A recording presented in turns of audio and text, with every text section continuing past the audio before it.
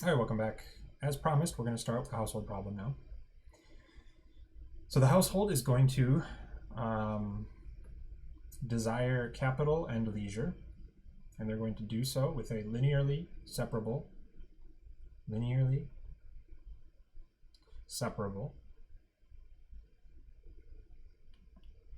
CRA utility. Now, you, from this sentence, should be able to write down the intra-temporal utility function. So maybe pause and have a try. Remember, what is CRA? They're going to desire CT, consumption, and leisure, which is we'll call minus LT. This is what they want. That also goes into their utility function. Okay, so pause, have a try, write down the utility function from your brain. It's because it's good to know what these functions are, these common ones, CRA and calculus and such. So pause it, write it down, come back.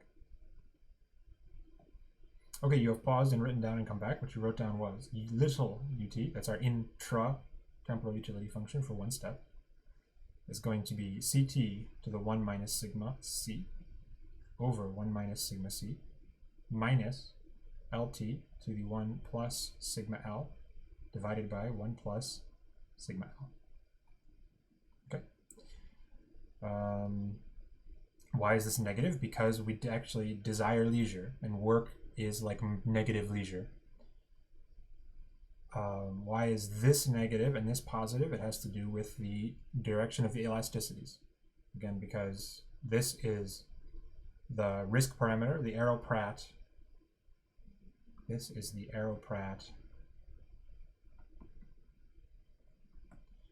risk aversion. Okay, and this is the inverse Frisch elasticity. Okay, and so these signs come from the microeconomic definitions of these parameters. In general, you're going to have a minus sign in your CRA functions, but for labor, since we're working with the negative of leisure, we end up with a plus sign here. Okay, so that's sort of an aside. So this is the utility function, and we're going to, but this is only for one function, this is only for one time period. So we need to maximize this for all of history. Okay, so we start life at time t, and we need to get the sum for all the future, the discounted sum of all of these utilities. Okay, so we start at ut, we're going to count up from s, and we're going to discount by beta. Beta is the time preference, or the time preference. It's the discount factor. Okay, we should have that beta is about equal to 1, and that beta is less than 1. Okay, so something like 0.99 or 0.98. Okay, so this is our utility function. And to this, we are going to add a budget constraint. So the household wants to maximize UT. What does it choose to maximize UT? It chooses CT, it chooses LT, it chooses IT, the amount of investment that's done, it chooses KT, which is the amount of capital that's going to be stashed today for use tomorrow. So we're going to use that timing convention. We're going to use the last period timing convention, it's called. Okay, so we're going to choose CT, LT, IT, KT, and I think that's it. Yeah, sounds right.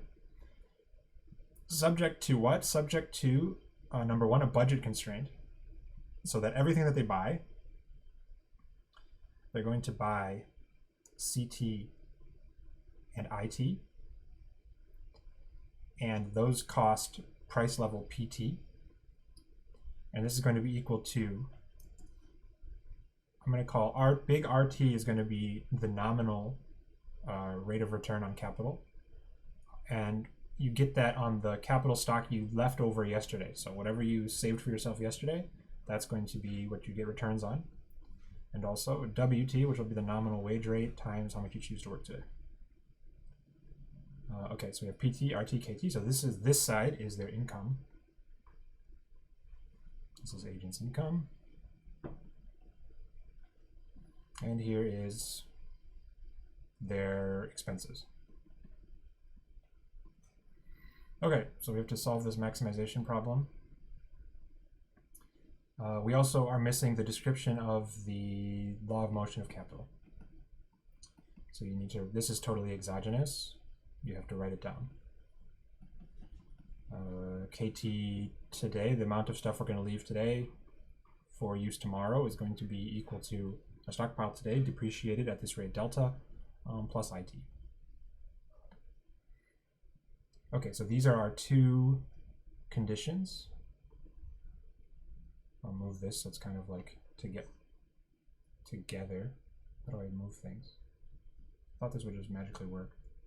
Cut, paste, move. Okay, great. So these are the two conditions we need to optimize with respect to. So now you need to pause this video and you need to solve this problem. Or if not solve it, at least write down the Lagrangian. Okay, so here is the utility function. Here is the budget constraints. And you need to keep two things in mind. Number one, we need a problem. We need to solve this problem at every time step. We need to solve this problem for all t. For all t plus s, okay? So we need to solve it today, we need to solve it tomorrow, we need to solve it the day after tomorrow, and so on and so on and so on. So that means we're going to get a sum of Lagrangians forever. So your Lagrangian is going to be the Lagrangian for the problem today, plus the Lagrangian for the problem tomorrow, plus the Lagrangian for the problem tomorrow, the day after that, and the day after that, and the day after that, okay? So when you write it down, make sure you are you're doing that and you're discounting the problems. So we're going to discount the solution to the Lagrangian tomorrow by beta. And we're going to discount the Lagrangian for the problem 2 days hence by beta squared, okay, and so on and so on. So try to write this down, pause it, and then when you come back, I will write it down.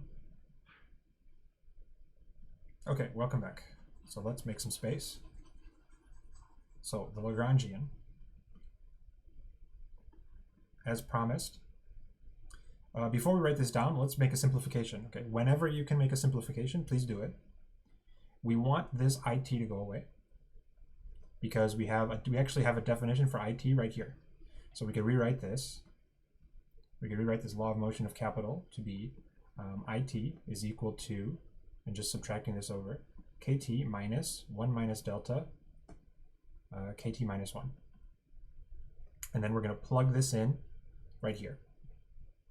Okay, so our new problem will be max CT, LT, and KT of this infinite sum from s equals 0 to infinity of CT to the 1 minus sigma c divided by 1 minus sigma c minus LT 1 plus sigma L divided by 1 plus sigma L minus, this is going to be, I won't, sorry, not minus, we'll just write subject to, and I'll change my color for the budget constraint, subject to, open parenthesis, CT plus KT minus 1 minus delta, KT minus 1, everything multiplied by PT,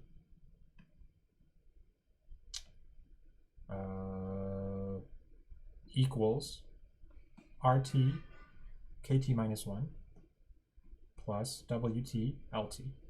Okay, this is the simplified problem that we face. And so the Lagrangian, let me see if I can go down a little bit. Nope, I'm out of canvas. Okay, I'll erase. So what does the Lagrangian look like? just delete, I'll go faster. What does a Lagrangian look like? The Lagrangian looks like this. New color.